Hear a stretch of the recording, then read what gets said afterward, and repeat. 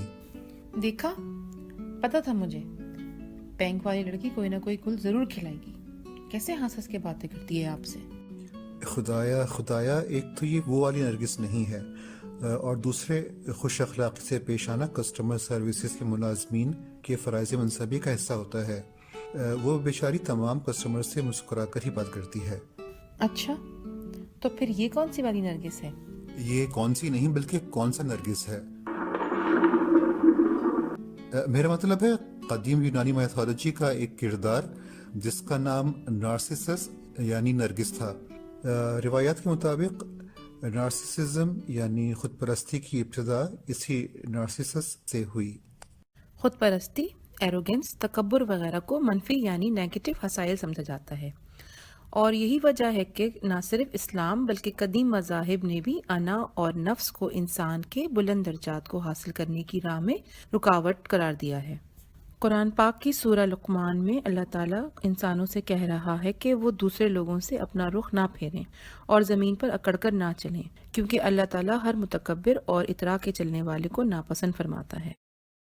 بدھ مذہب کی تعلیمات بھی کچھ اسی طرح کی ہیں۔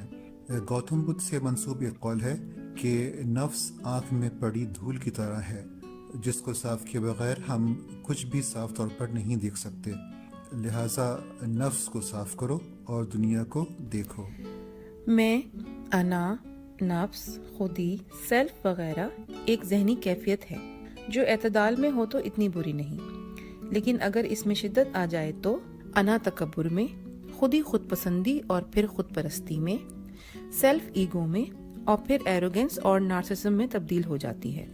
اسی طرح سے پرائڈ یعنی اپنے یا اپنے کسی پیارے کے اوصاف کی کامیابیوں پر فخر کرنا تو جائز ہے، لیکن یہ تمنا پیدا ہو جانا کہ اس وصف کی بنیاد پر آپ کی زیادہ پذیرائی کی جائے یا زیادہ احترام دیا جائے تو یہ کیفیت غرور کے زمرے میں آ جائے گی، یعنی گھمنڈ اور تکبر جیسی ایک کیفیت۔ میں کا ہر درجہ ہی منفی نہیں، بلکہ خودداری، عزت نفس، سیلف ریسپیکٹ بھی اسی قبیل کی وہ کیفیات ہیں جو ہر انسان میں ہونی چاہیے۔ اچھا، اب ایک ٹپیکل ساؤتھ ایشین گھر میں چل کر دیکھتے ہیں کہ وہاں کیا ہو رہا ہے۔ یہ نئی سائیکل کس کی ہے؟ امی نے بھجوائی ہے گڈو کے لیے، ابھی تاریخ رکھ کر گیا ہے۔ اور تم نے لے لی؟ بھائی یہ میری خودداری کے خلاف ہے۔ کیا تمہاری امی اور بھائی سمجھتے ہیں کہ میں اپنے بیٹے کو سائیکل نہیں دلا سکتا؟ نہیں، ایسی بات نہیں ہے، امی نے تو باجی کے بچوں کو بھی سائیکلیں دلائی ہیں۔ اچھا بحث نہیں کرو، طارق کو فون کرو، اٹھا کر لے جائے یہ سائیکل۔ اچھا کرتی ہوں، بھلا بتاؤ کتنا برا مانیں گے وہ لوگ۔ آج کھانے میں کیا پکایا ہے؟ میں نے تو کچھ نہیں پکایا آج، امی نے دم کی بریانی اور مٹن کڑھائی بھجوائی تھی، میں تو یہی کھا لوں گی، اور آپ کی خودداری تو آپ کو یہ کھانے نہیں دے گی، لہٰذا آپ اپنی خودداری کو لے کر کچن میں تشریف لے جائیں اور خود ہی کچھ پکا لیں۔ خبروں کے موضوع پر ہمارے پچھلے پروگرام کو پسند کرنے کا بہت بہت شکریہ۔ آپ کا فیڈ بیک ہمارا حوصلہ بڑھاتا ہے۔ آئندہ بھی ہم کوشش کریں گے کہ آپ کی خدمت میں مزید دلچسپ پروگرام پیش کرتے رہیں۔ آپ سے درخواست ہے کہ ہماری حوصلہ افزائی کے لیے اپنے کمنٹس بھی بھیجتے رہیے اور ہمارے چینل کو سبسکرائب بھی کیجیے۔ جی صحیح عکاسی کی گئی اس منظر میں، کیونکہ خود پرستی میں مبتلا افراد میں مردوں کا تناسب زیادہ ہوتا ہے۔ دا ریکوری ولیج نامی ادارے کی تحقیق کے مطابق امریکہ میں نارسسسٹک پرسنالٹی ڈس آرڈر یعنی خود پرستی کی نفسیاتی بیماری میں مبتلا افراد میں 3/4 یعنی 75% افراد مرد ہیں۔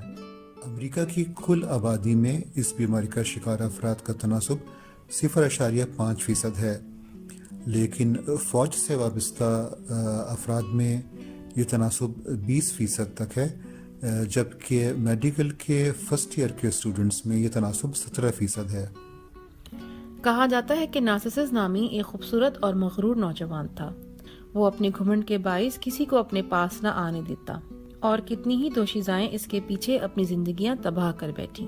آخرکار انتقام کی دیوی اسے بہانے سے تالاب پر لے گئی اور جب اس کی نظر اپنے عکس پر پڑی تو وہ سدبت کھو بیٹھا۔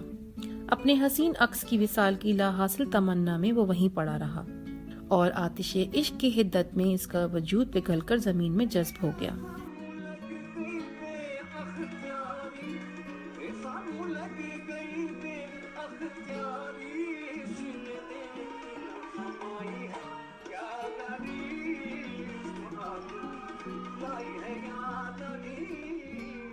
کہتے ہیں کہ اس جگہ سے ایک پودے کا جنم ہوا جس کا پھول نہایت خوبصورت تھا اور اس پھول کو نارسسس یعنی نرگس کے نام سے منسوب کر دیا گیا۔ ان پھولوں کو ڈیفوڈلز بھی کہا جاتا ہے۔ عام طور پر خواتین کے بارے میں تاثر پایا جاتا ہے کہ وہ بہت مغرور ہوتی ہیں، مگر تاریخی طور پر مرد زیادہ مغرور پائے گئے ہیں۔ البتہ اسنو وائٹ اور 7 بونے نامی مشہور فیری ٹیل میں اسنو وائٹ کی سوتیلی ماں کا کردار ایک نارسسسٹک کیریکٹر کے طور پر سامنے آتا ہے۔ وہ ہر دم اپنی اصلیت ظاہر ہونے کے خوف میں مبتلا رہتی تھی اور یہی حال تکبر کرنے والے خود پرست گھمنڈی افراد کا ہوتا ہے۔ وہ اندر سے کمزور ہوتے ہیں، انہیں اپنا غرور اور گھمنڈ ٹوٹنے کا خطرہ ہر دم لاحق رہتا ہے۔ مجھے یاد آ رہا ہے کہ آپ نے اس موضوع پر بھی ایک نظم لکھی تھی شاید۔ زہی نصیب اس ناچیز کی شاعری کا اتنا خیر۔ وہ کیا ہے کہ دال برابر ہی صحیح، لیکن گھر کی مرغی بھی مرغی تو ہوتی ہے۔ خود پسند شخص آخرکار شدید تنہائی کا شکار ہو جاتا ہے۔ کچھ ایسا ہی میں نے اس غزل میں بیان کیا ہے جس کا عنوان ہے انا۔ حسن پر گر نثار ہو جاتا، حسن پر گر نثار ہو جاتا، شعر کہنا اشعار ہو جاتا، شعر کہنا اشعار ہو جاتا۔ وہ ہنسی تھا تو خوبرو ہم بھی، وہ ہنسی تھا تو خوبرو ہم بھی، دل کا کیوں کر قرار ہو جاتا، دل کا کیوں کر قرار ہو جاتا۔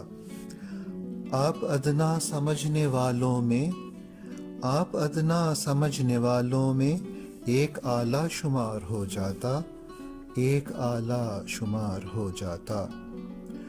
اس کی بے مہریاں خدا رکھے، اس کی بے مہریاں خدا رکھے، ورنہ ڈر تھا کہ پیار ہو جاتا، ورنہ ڈر تھا کہ پیار ہو جاتا۔